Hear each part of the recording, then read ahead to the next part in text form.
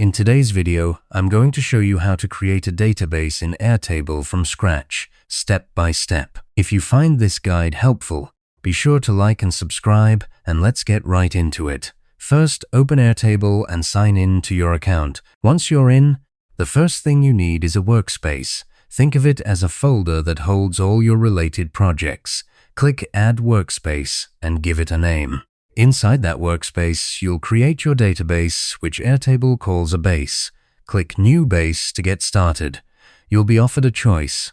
Pick a pre-built template if you want a head start with fields already set up, or choose to start from scratch with a blank base. For this tutorial, starting blank gives you full control. Now name your database, for example, call it ProjectsDB. Airtable will automatically create your first table inside the base.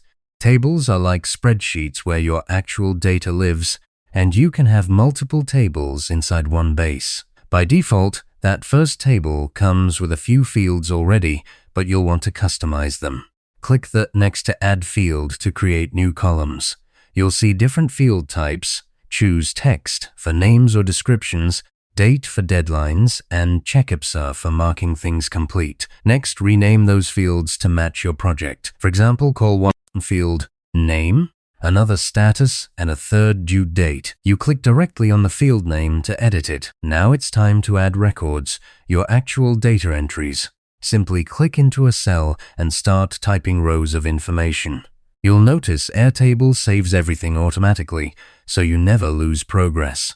Your default view is the grid view, which looks and behaves like a spreadsheet.